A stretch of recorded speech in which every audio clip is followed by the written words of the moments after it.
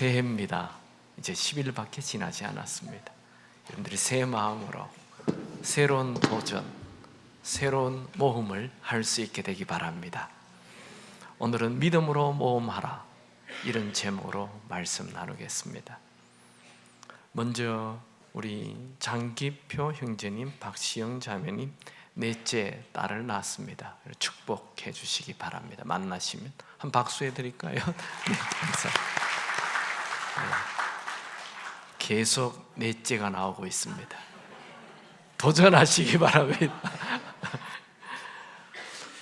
미국의 샤갈로 불리는 해리 리버만이라는 화가가 있습니다. 그는 81살에 그림 공부를 시작했습니다.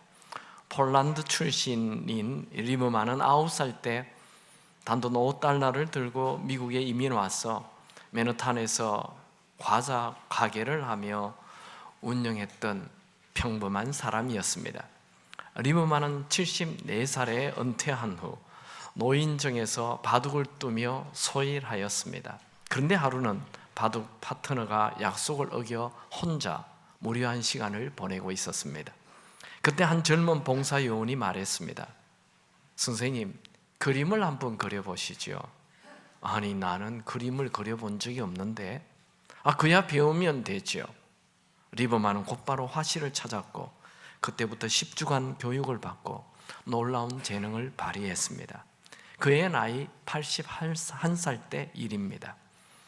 화가 리버만은 일약 원시의 눈을 가진 미국의 샤갈로 불려졌습니다. 그의 그림은 불티나게 팔렸습니다. 그는 101살에 22번째 개인전을 열어 세상을 놀라게 하였습니다.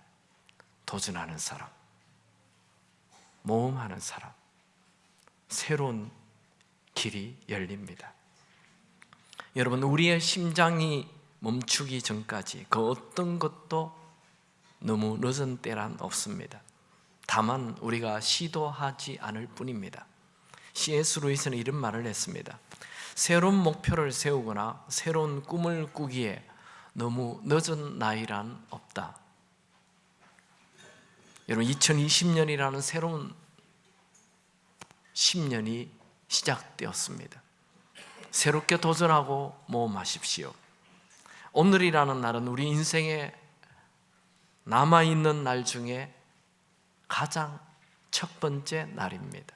오늘이라는 날은 우리 인생에 남아있는 날 중에 가장 내가 젊은 날입니다. 여러분, 우리는 편안하게 살기 위해 이 땅에 태어나지 않았습니다. 하나님은 우리가 이 땅에서 믿음으로 도전하고 모험하길 원하십니다. 오늘 본문을 보죠. 민수기 14장 보기 전에 민수기 13장에는 출애굽한 이스라엘 백성들이 약 2년에 걸쳐 가나안 코앞에 가데스 바네아 바란 광야에 섰습니다.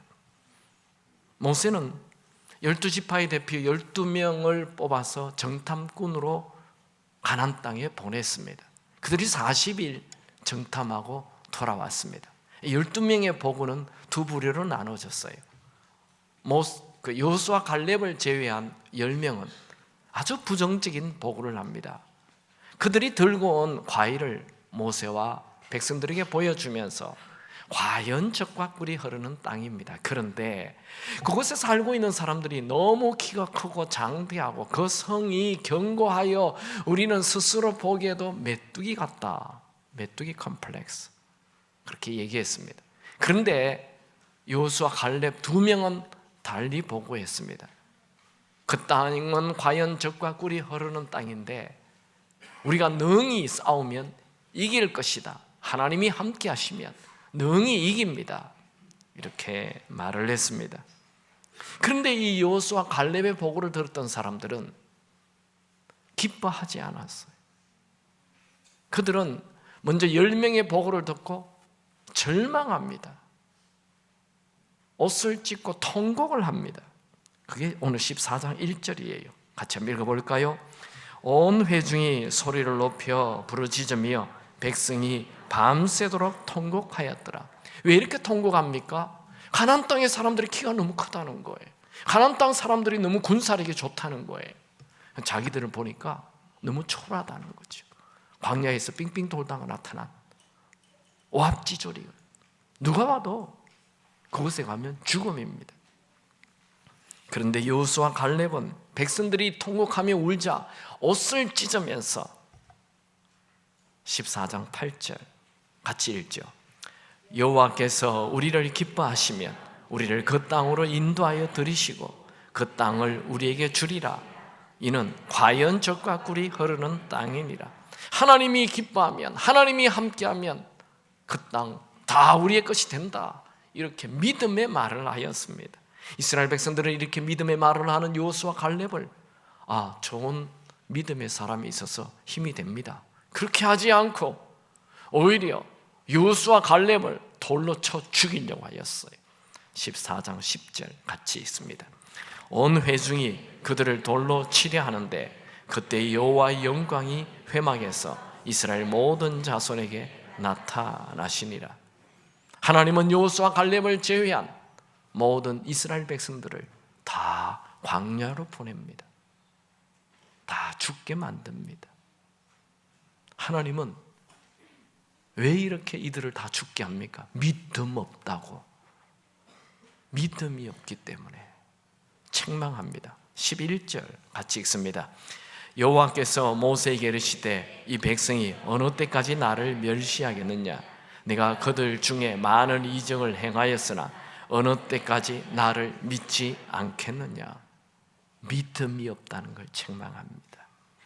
저는 오늘 새해를 출발하는 여러분들에게 딱 한 가지 메시지를 전하고 싶습니다. 그것은 믿음으로 도전하고 모험하라는 거예요. 여러분, 그리스도인들은 매일매일 도전하고 모험해야 합니다. 이스라엘 백성들이 출애굽하게 된 것, 그들의 능력이나 그들의 군사력이나 그들의 지혜가 아니었습니다. 하나님의 도움으로 그들이 출애굽하게 된 거고, 그들이 지금 이 광야를 통과하여 2년 만에 가나안 땅 앞에 서게 된 것, 그들의 능력 아닙니다. 그들의 군사력 아닙니다. 하나님의 도우심이었습니다. 그들이 이제 가나안 땅에 들어가는 것 또한 하나님의 도우심인 것입니다. 여러분, 우리의 과거를 한번 되돌아보십시오. 여러분들 지금 이 자리에 있기까지 온 것 다 하나님의 은혜였습니다. 아니면 안 하는 분이 있어요. 여러분의 능력으로 이 자리에 왔습니까? 하나님의 은혜로 온 것입니다. 저는 제 능력으로 절대로 오늘 이 자리까지 오지 못했습니다. 100% 하나님의 은혜였습니다. 하나님의 은혜. 그러면 미래도 하나님이 도우신다는 것을 믿고 전진해야 되는 것입니다. 이스라엘 백성들은 왜 가나안 입구까지 와서 가나안 땅에 들어가는 것을 두려워하고 있습니까? 그들의 눈으로 볼 때 가나안 땅에 들어가는 것은 너무나 위험한 일이었고 너무나 무모한 모험이기 때문이죠. 그러면 여호수아 갈렙 이 두 명은 가나안 땅에 들어가는 것이 무섭지 않았을까요? 그들도 무서웠습니다. 두려웠습니다. 그러나 그들은 하나님을 믿는 믿음으로 모험한 것입니다. 여러분, 성경에 나오는 모든 믿음의 선배들은 다 모험을 했습니다. 첫 번째로 모세는 누구보다도 위험한 모험을 한 사람이죠. 그는 나이 40에 애굽의 왕자로 살다가 애굽인을 죽이고 미디안 광야로 도망갔습니다. 다행히 미디안 광야에서 이도로를 만나 그의 큰딸 시보라와 결혼하고 두 아들을 낳고 장인의 양을 치며 그런 대로 편안하게 살았습니다. 그런데 그의 나이 80에 하나님께서 그를 불러 자신이 살인자가 되어 도망쳤던 애굽으로 돌아가서 그 포악한 바로의 폭정 밑에 살아가는 이스라엘 백성들을 출애굽시키라는 것입니다. 출애굽기 3장 10절 이제 내가 너를 바로에게 보내어 너에게 내 백성 이스라엘 자손을 애굽에서 인도하여 내게 하리라. 모세는 이 황당한 요청에 두려움이 앞서서 자기는 그런 일을 할 인물이 아니라고 하며 거절하죠. 이건 누가 봐도 무모한 모험입니다. 모세는 애굽으로 다시 돌아가고 싶지 않았습니다. 그는 애굽에서 살인자로 지명 수배가 되어 있기 때문이지요. 모세가 애굽으로 돌아간다는 것은 맨몸으로 사자 굴 속에 뛰어드는 것과 똑같은 것입니다. 이는 황당한 모험입니다. 누가 봐도 자살 행위입니다. 우린 너무나 오랫동안 모세가 출애굽시켰다 얘기를 많이 들었기 때문에 이거 뭐 별것 아닌 것처럼 착각할 수가 있어요. 모세도 우리와 똑같은 사람입니다. 모세도 두려움이 가득했습니다. 모세도 이것이 너무 황당한 모험이어서 거듭거듭 자기는 갈 수 없다고 말합니다. 출애굽기 3장 11절 모세가 하나님께 아뢰되 내가 누구이기에 바로에게 가며 이스라엘 자손을 애굽에서 인도하여 내리까? 출애굽기 4장 10절 모세가 여호와께 아뢰되 오 주여 나는 본래 말을 잘하지 못하나이다. 주께서 주의 종에게 명령하신 후에도 역시 그러하니 나는 입이 뻣뻣하고 혀가 둔한 자입니다. 하나님이 모세 보고 이스라엘 백성들 애굽에 가서 끌어내라 하니까 하나님 내가 누구이길래 난 못합니다. 또 난 말을 잘 못해요. 내가 양들하고 40년 동안 같이 살다 보니까 양말밖에 못해요. 난 말 못해요. 온갖 핑계를 대고 애굽에 가라는 하나님의 말씀을 계속 거절하였어요. 하나님은 변명이 많고 주저주저하지만 결국 모험에 뛰어드는 모세를 축복해 주십니다. 모세의 위대함은 믿음으로 모험의 길을 떠난 것입니다. 만약 모세가 이 도전, 이 모험의 길을 가지 않았더라면 모세는 그냥 작년에 양만 치다가 광야에서 초라하게 죽고 말았을 것입니다. 두 번째 사람 다윗을 볼까요? 다윗은 이새의 아들 중에 막내로 태어났습니다. 그는 이름이 없어요. 아버지가 그를 부를 때 막내라고 불렀어요. 다윗은 아무 존재감이 없는 10대 나이에 그 당시 최고의 선지자인 사무엘이 그의 집에 와서 다윗에게 기름을 붓고 왕이 될 것을 예언했습니다. 그날이 지나고 며칠이 안 되어서 블레셋이 골리앗을 앞세우고 이스라엘을 침공해 왔습니다. 이스라엘 군인들은 이 3m가 넘는 어마어마한 골리앗, 그 골리앗 장군을 보고 다 놀랐습니다. 두려웠습니다. 숨었습니다. 골리앗은 하나님의 이름을 모욕하며 거친 말을 퍼부었습니다. 그러나 이스라엘 군인들 중에 아무도 나서는 사람이 없었어요. 모든 이스라엘 사람들이 골리앗을 두려워하였기 때문이죠. 사무엘상 17장 23절 24절 그들과 함께 말할 때에 마침 블레셋 사람의 싸움 도두는 가드 사람 골리앗이라는 자가 그 전열에서 나와서 전과 같이 말을 하며 다윗이 들으니라. 이스라엘 모든 사람이 그 사람을 보고 심히 두려워하여 그 앞에서 도망하며, 다윗은 아버지가 그 전쟁터에 나가 있는 형님들에게 그 음식 좀, 도시락 좀 갖다 주고 오라 라는 심부름으로 이 전쟁터에 온 거예요. 와서 보니까 골리앗이라는 사람이 하나님의 이름을 막 모욕하고 하나님의 군대를 모욕하고 있었어요. 그 들을 수가 없었어요. 견딜 수가 없었어요. 그는 아무도 골리앗과 싸우라 말하는 사람이 없었지만 자기 스스로 골리앗 앞에 나갔습니다. 모험한 것입니다. 그 후의 일은 여러분이 너무 잘 아니까 생략하겠습니다. 다윗이 왕이 된 것은 바로 다윗이 골리앗 앞에 서서 모험의 길에 뛰어들었기 때문입니다. 하나님은 다윗에게 기름을 부으시고 곧바로 다윗 앞에 골리앗이 나타나게 하였습니다.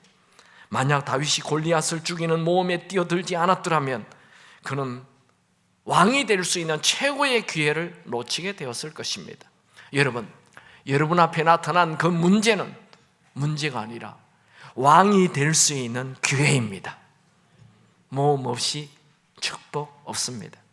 세 번째 사람은 에스더입니다.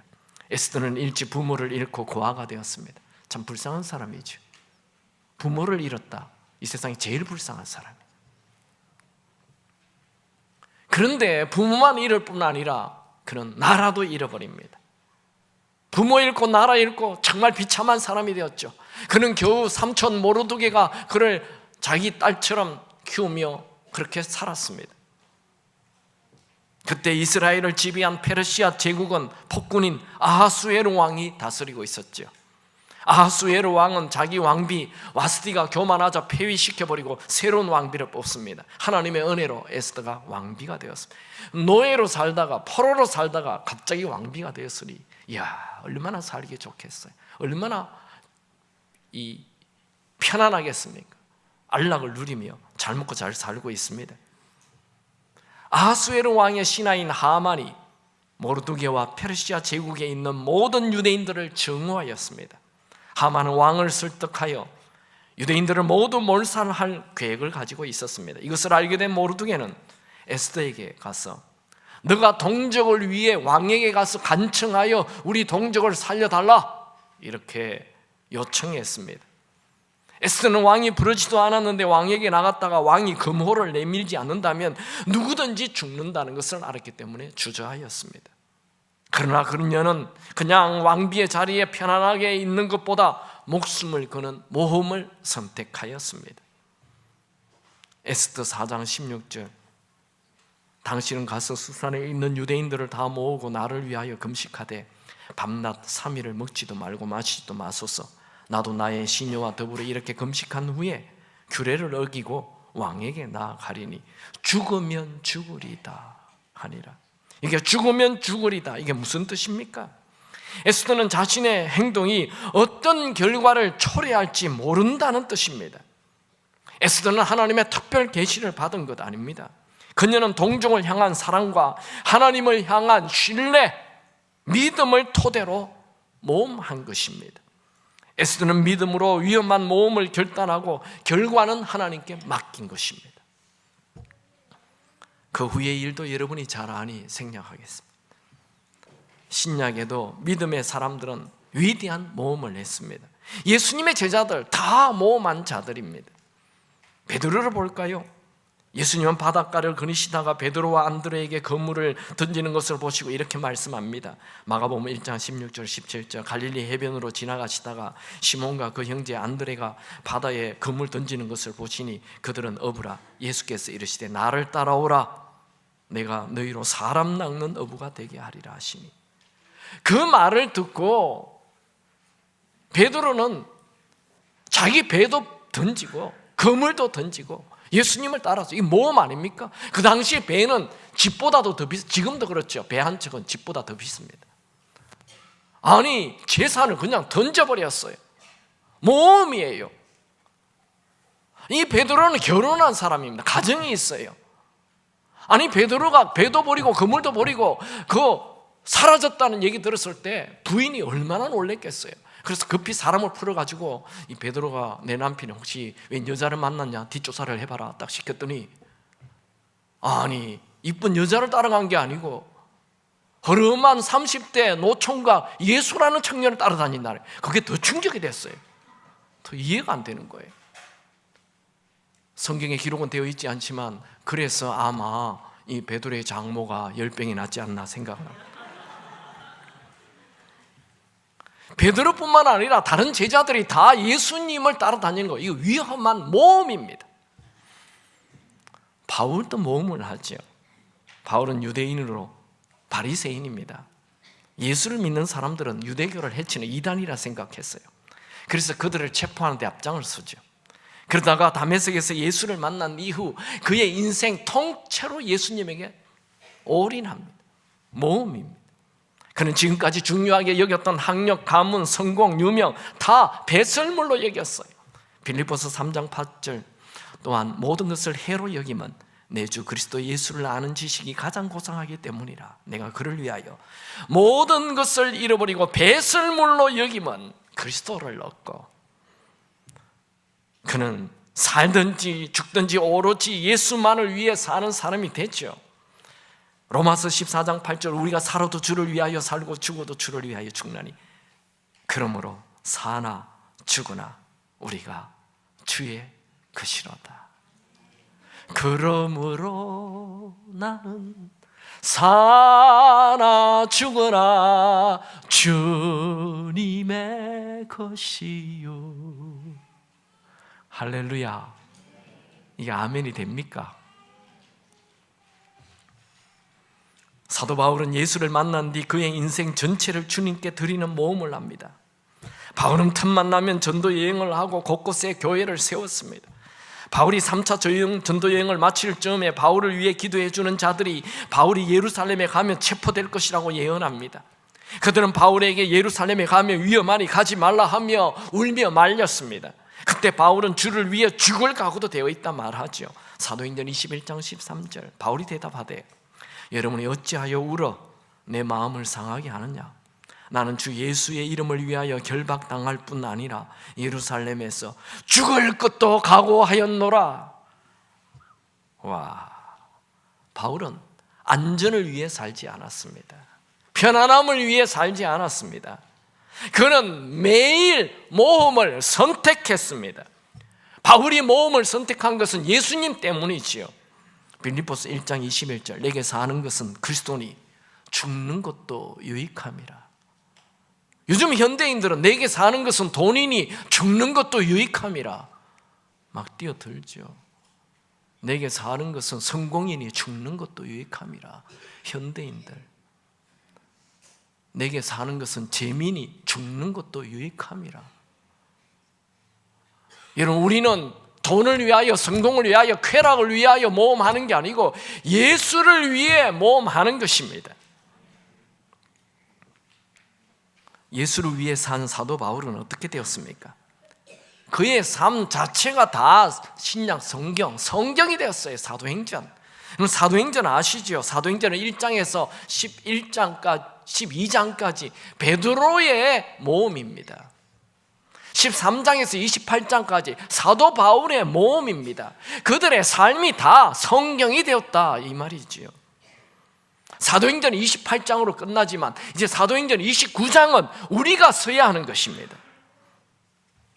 우리가 예수를 위해 모험할 때 사도행전 29장이 시작됩니다. 사도 바울은 그가 예수를 위해 모험하는 삶, 그랬기에 성경 13권, 14권을 쓰게 됩니다. 여러분, 이 새해에 믿음으로 모험하시기 바랍니다. 여러분, 하나님의 살아계심을 믿고 온갖 위험에도 불구하고 믿음으로 나아간 자들에게는 공통점이 있는데 그것은 하나님의 은총, 은혜를 입게 된다는 것입니다. 믿음으로 모험하는 자는 언제나 하늘의 상급과 축복이 그들의 삶에 임합니다. 모세는 나이 80에 무모한 것 같은 모험의 길을 떠났을 때 80 이후 40년 동안 매일 하나님의 은혜를 경험하는 놀라운 축복을 누립니다. 가자마자 10가지 기적이 일어나고 홍해가 갈라지고 매일 만나가 내리고 반석에서 물이 터지고 썬물이 단물로 바뀌고 구름기둥과 불기둥이 나타나고 십계명을 2번이나 받게 되고 모세 오경을 쓰게 되는 정말 놀라운 삶이 되었습니다. 다윗은 골리앗과 싸우는 모험에 뛰어들어 골리앗을 죽이고 이스라엘 백성들이 블레셋 사람들을 모두 물리치는 기적을 보았죠. 다윗은 그 일로 이스라엘 백성들 마음 안에 왕으로 점찍게 되는 것입니다. 아직 왕이 안 됐어요. 그러나 그 사건이 다윗이 이미 왕이 되어버린 것입니다. 만약 다윗이 골리앗을 보고 위험해 하고 슬슬 도망갔더라면 그는 결코 왕이 되지 못했을 것입니다. 에스더는 죽으면 죽으리라 하며 아하수에로 왕 앞에 나아가는 모험을 하였기에 모든 유대인들을 살리는 축복의 통로가 되었습니다. 우리는 축복의 통로 되기를 원합니다. 그런데 모험하지는 않습니다. 여러분, 우리가 믿음으로 모험하지 아니하면 어떻게 됩니까? 모험하지 않으면 편안한 것 같지만 하나님께서 예비해 두신 크고 놀라운 축복을 누릴 수 없습니다. 12정탐꾼 중에 10명의 부정적인 보고를 들은 이스라엘 백성들은 가나안 땅 코앞에서 한 발도 가나안 땅에 들어갈 수 없었습니다. 그리고 그들은 다시 광야로 가게 됩니다. 그리고 광야에서 38년 동안 지냈습니다. 왜 38년 동안 광야에서 지냈을까요? 하나님이 그들이 다 죽을 때까지 기다린 것입니다. 믿음으로 액션하지 않는 그들에게 하나님이 예비해 주신 축복의 땅 들어갈 수 없다는 것입니다. 그들은 편안함을 선택했습니다. 안전함을 선택했습니다. 그 결과 어떻게 되었죠? 38년이라는 이 헛성 세월, 인생 통째로 낭비하는 삶이 되고 말았습니다. 여러분 기억하십시오. 믿음으로 가는 모험의 길을 포기할 때 우리를 위해 준비해 놓으신 참으로 좋은 것을 다 잃게 된다는 것을. 레오나르도 다빈치 아시죠? 그는 이런 말을 했습니다. 모험하지 않는 것이 가장 큰 모험이다. 이 말은 모험하지 않고 사는 삶, 그 삶이 가장 위험한 삶이 된다는 것입니다. 여러분 믿음으로 모험할 수 있게 되기 바랍니다. 이 히브리서 11장 6절 말씀은 너무 유명한 말씀이죠. 우리 한번 다 같이 읽을까요? 믿음이 없이는 하나님을 기쁘시게 하지 못하나니 하나님께 나아가는 자는 반드시 그가 계신 것과 또한 그가 자기를 찾는 자들에게 상 주시는 이심을 믿어야 할지니라. 많은 분들이 하나님의 살아계심을 믿는다 하지만 행동하지 않아요. 여기 보면 히브리서 11장 6절에 믿음으로 사는 사람은 두 가지를 반드시 확신을 가져야 합니다. 첫 번째, 하나님이 반드시 계신 것을 믿어야 합니다. 여러분이 어떤 상황에 처하든지 어떤 문제를 만났든지 어떤 위험한 자리에 서 있든지 그때도 반드시 하나님이 계신 것을 믿으시기 바랍니다. 병원에서 어떤 진단을 했다 해도 그때도 하나님이 계신 것을 믿으시기 바랍니다. 사업이 무너지고 집이 무너지고 나라가 무너지고 경제가 무너지고 다 무너져도 그때도 하나님이 반드시 계신 것을 믿으시기 바랍니다. 두 번째, 믿음으로 사는 사람은 하나님을 찾는 자, 믿음으로 사는 자에게는 반드시 상 주심을 믿으시기 바랍니다. 여러분 이 새해에 마태복음에서 요한복음까지 이 복음서를 순식간에 한 자리에서 한번 쫙 읽어보십시오. 그리고 새해를 이 한 해를 출발해 보십시오. 그거 읽을 때에 믿음이라는 단어, 믿는다라는 단어, 의지한다라는 단어에 줄을 척척 그으면서 한번 읽어보세요. 믿음을 가지고 행동한 그들에게는 언제나 하나님의 은혜가 있었어요. 예수님께서 제자들에게 화를 내시는 경우는 딱 한 가지 종류입니다. 딱 그 사건 때만 늘 예수님이 화를 냈어요. 언제 화를 냅니까? 믿음이 없는 자들아, 믿음이 적은 자들아, 믿음으로 행동하지 않을 때 예수님이 화를 내셨어요. 믿음으로 행동하는 자에는 언제나 하나님의 은혜가 부어집니다. 하나님께서 은혜를 베푸시는 자는 가문이 좋거나 열심히 산다거나 공부를 많이 했거나 돈이 많거나 유명한 자가 아닙니다. 하나님을 믿고 믿음으로 액션, 모험하는 자에게 언제나 하나님의 은혜가 부어졌어요. 다시 말하면 아무리 평범한 사람이라도 믿음으로 모험을 하면 하나님의 은혜가 임한다는 거예요. 여러분 우리에게 미래가 펼쳐져 있다는 것은 하나님께서 우리의 미래를 준비해 놓으셨다는 말이 됩니다. 믿음으로 행동해야 합니다. 하버드 대학의 총장이었던 제임스 브란트 코넌트라는 박사는 이런 말을 했습니다. 거북이를 보라. 그는 그의 목을 내어 밀 때만 전진한다. 여러분 거북이 아시죠? 그 동그란 갑옷 안에 있을 때는 꼼짝도 안 합니다. 그게 제일 안전해요. 근데 꼼짝을 안 해요. 고개를 내밀어야 앞으로 가기 시작한다는 거. 여러분 편안한 자리에, 안전한 자리에 앉아 있어서는 절대로 전진이 안 됩니다. 지레 겁을 먹고 전진하는 것을 포기하지 마십시오. 믿음으로 전진하시기 바랍니다. 저는 과거를 되돌아보면 믿음으로 모험한 것이 언제나 큰 축복이 되었습니다. 저는 나이 37살에 한국에서 꽤 큰 교회 부목으로 편안하게 잘 있었어요. 그런데 돈 2천만 원을 가지고 가족 다 데리고 미국으로 유학을 떠났어요. 그때 주변에서 다 말렸어요. 담임 목사님도 절대 못 간다 그러고 제가 섬겼던 청년들은 울고불고 난리였어요. 제가 가야 할 이유 하나도 없어요. 근데 제가 가게 된 이유는 내가 청년들을 리드한다면서 청년들 리드라면서 이 세계의 제일 큰 나라가 왜 부자인지, 왜 잘 사는지 내가 한번 가서 경험하고 와봐야 되겠다. 그래서 떠난 것입니다. 돈이 2천만 원 갔어. 하필 그때 IMF가 터져가지고 1달러 800원 하던 것이 1,900원까지 올라갔어요. 그래서 주변에 있는 모든 사람들이 지금은 떠날 때가 아니라고, 상황을 보라고, 가지 말라고 다 말렸어요. 그때 제가 2천만 원 가지고 떠났어요. 갔더니 2천만 원 가지고 갔지만 1달러에 1,900원이니까 그게 1,000만 원 가치밖에 안 되는 것입니다. 학비 내고 뭐 조금 집 하나 렌트하고 그랬더니 3개월 만에 2천만 원 다 없어졌어요. 그때 우리 집 구호가 1불 모아 1,000불 된다 였습니다. 정말 속에 1,000불이 나더군요. 돈 하나도 없어요. 그런데 어느 교회에서 부목사로 오라 해서 또 유학생활을 잘 마쳤어요.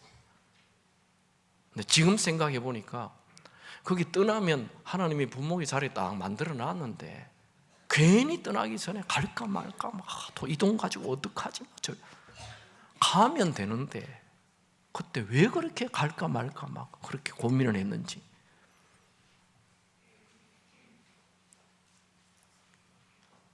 여러분, 우리가 믿음으로 모험을 하면 하나님은 언제나 우리를 도와주십니다.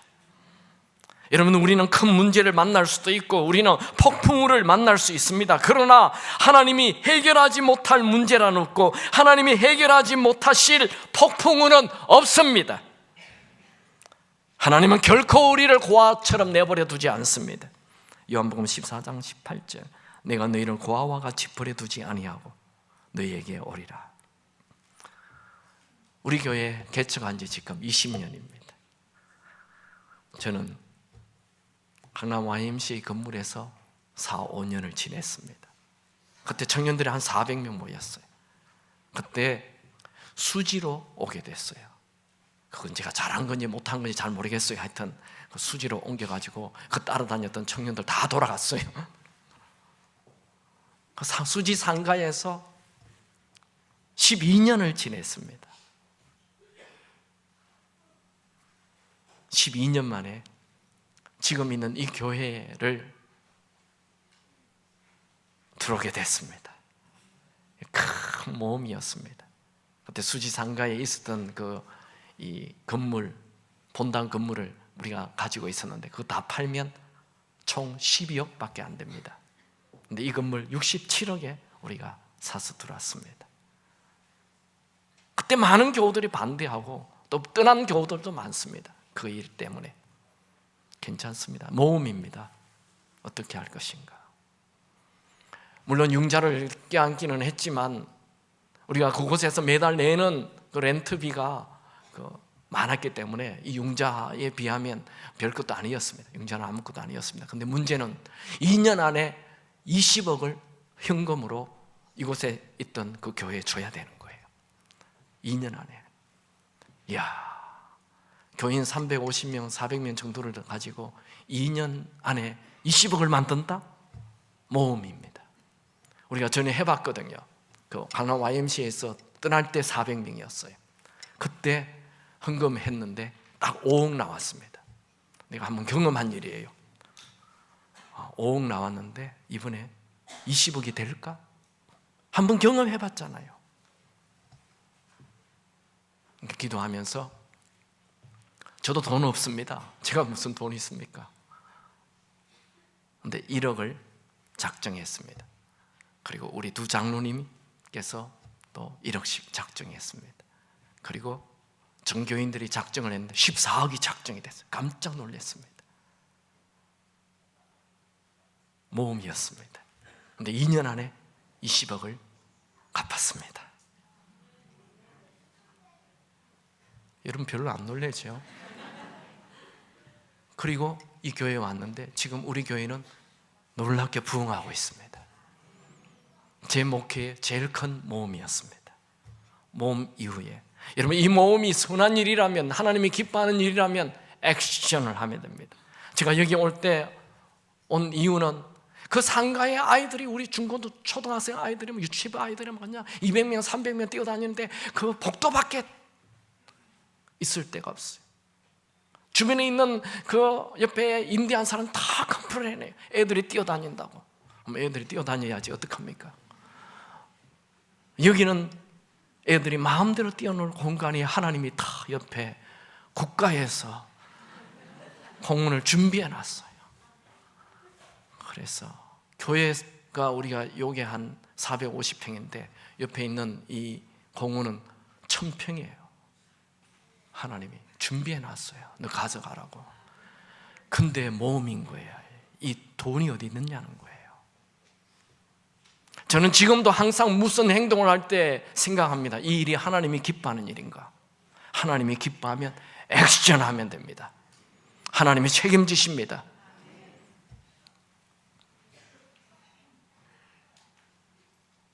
(85세) 갈렙은 아무도 가려고 하지 않는 높은 험한 산지 헤브론 산지를 내게 달라 하며 모험하였습니다. 하나님은 갈렙의 믿음을 보시고 그 산지를 정복하는 은혜를 베풀어 주었습니다. 여러분, 하나님은 여러분을 위해 놀라운 일을 예비해 놓았습니다. 그러나 믿음으로 모험하지 아니하면 얻을 수 없습니다. 여러분, 운명처럼 여러분 앞에 모험의 자리가 서 있습니까? 산지가 높다고 포기하지 마십시오. 내 힘으로 정복하기에 불가능하게 보인다 해서 포기하지 마십시오. 아무리 높은 산지라도 믿음으로 액션, 모험하시기 바랍니다. 축복은 믿음으로 모험하는 자의 것입니다. 신약 성경에 보면 예수님께서 병든 자들을 치유하기 전에 언제나 내 믿음대로 되리라 말씀합니다. 예수님에게 믿음으로 다가와서 모험한 자들 다 치유해 주었습니다. 어떤 사람은 지붕을 뚫고 막 그냥 내려오지를 않나. 혈병 그 여인은 사람 만나면 안 돼요. 그 자체가 율법을 어기는 겁니다. 그런데 사람을 뚫고 가서 예수님의 옷자락을 잡았어요. 문둥병 환자는 사람 있는 곳에 가면 안 돼요. 그런데도 모험을 하는 거예요. 사람들이 자기에게 돌 던질 걸 알아요. 그런데 액션, 모험한 거예요. 예수님에게 뛰어갔어요. 사람들이 왜 문둥이가 왔냐면 돌을 던져도 예수님 하며 부르짖죠. 모험한 거예요. 모험. 여러분, 건강에 어려움이 있습니까? 믿음으로 예수님 앞에 나오십시오. 새벽 예배도 하시고 금요체라도 나오고 작정기도도 하시고 모험하십시오. 사업이 어렵습니까? 오병이 왜 기적? 왜 일어납니까? 작은 것이지만 주님께 드릴 때 놀라운 일이 일어나는 것이죠. 믿음의 눈으로 사업의 번창한 모습을 그리고 믿음으로 액션, 모험하십시오. 정말 이게 될까? 의심하지 말고 주님께 믿음을 보이시고 믿음으로 모험하시기 바랍니다. 하나님께서 우리를 위해 예비해 놓으신 축복을 받지 못하는 유일한 이유는 불신과 의심으로 모험하지 않기 때문입니다. 셰익스피어는 이런 말을 했습니다. 의심은 배신자이다. 의심은 시도할 마음조차 사라지게 만들어 손에 넣을 수 있는 행복을 놓치게 한다. 우리 인생의 최대의 장애물은 믿음이 없는 불신입니다. 여러분, 어떤 상황에서도 믿음의 눈으로 바라보는 훈련을 하십시오. 이 상황을 내가 믿음의 눈으로 봐야지. 그냥 이성적인 것만 앞세우면 안 됩니다. 우리 예수를 믿는 사람은 이성을 넘어 초자연적인 역사를 하실 하나님을 바라보아야 합니다. 우리 앞에 놓인 모든 위기를 기회로 바꿀 수 있는 것은 믿음입니다. 여러분, 교인들에게 하나님께서 기적을 일으키실 수 있는가 물으면 모두 다 그렇다라고 대답을 합니다. 그러나 하나님의 도우심을 믿고 몸을 던지겠느냐, 행동하겠느냐 물으면 모두 주저주저합니다. 여러분은 믿음으로 모험해 본 적이 있습니까? 믿음으로 주님에게 뭘 던져본 적이 있습니까? 헬런 켈러는 이런 말을 했습니다. 삶은 모험을 빼면 아무것도 남지 않는다. 여러분, 배는 항구에 묶여 안전하게 정박하기 위해 만들어진 것이 아니죠. 거친 파도를 헤치며 항해하기 위하여 배는 만들어졌습니다. 여러분, 우리 인생은 편안하게 살기 위하여 태어나지 않았습니다. 믿음으로 도전하여 나 때문에 내 주변 사람들이 다 하나님의 은혜를 경험하게 하는 통로로 이 땅에 태어난 것입니다. 사람은 죽을 때 자기가 도전하지 못한 것, 모험하지 못한 것을 다 후회한다고 말합니다. 여러분, 한 번밖에 살지 않는 인생을 편안하게 살려고 하지 말고 위대한 것에 도전하고 모험할 수 있게 되기 바랍니다. 어려운 일이 눈앞에 놓여 있을 때 포기하는 것 쉽습니다. 낙심하는 것 쉽습니다. 절망하는 것 쉽습니다. 그거 다 평범한 사람들이 하는 것입니다. 어려운 일이 나타났을 때 포기하는 거 누가 하지 못합니까? 다 포기하죠. 어려운 일이 있을 때 어떻게 행동하느냐가 그 사람이 큰 사람이 되느냐, 평범한 사람이 되느냐 결정해 줍니다. 여러분, 어려운 일이 눈앞에 있을 때 포기하지 말고 믿음을 가지기 바랍니다. 믿음을 가진 자는 남들이 포기할 때 앞으로 전진하고 모험합니다. 우리가 믿음으로 전진하면 하나님께서 반드시 도와주십니다. 하나님은 우리가 믿음을 보일 때 역사하십니다. 내 삶의 한계와 약점을 극복해 주는 것은 믿음입니다. 말로만 하나님을 믿는다 말하지 말고 정말 하나님을 믿고 행동하는, 모험하는 자가 되시기 바랍니다. 이 새해에 믿음으로 모험하여 하나님께서 여러분을 위해 예비해 놓은 것을 다 누리는 자가 되길 축원합니다. 우리 옆에 있는 분과 한번 악수합시다. 믿음으로 모험합시다.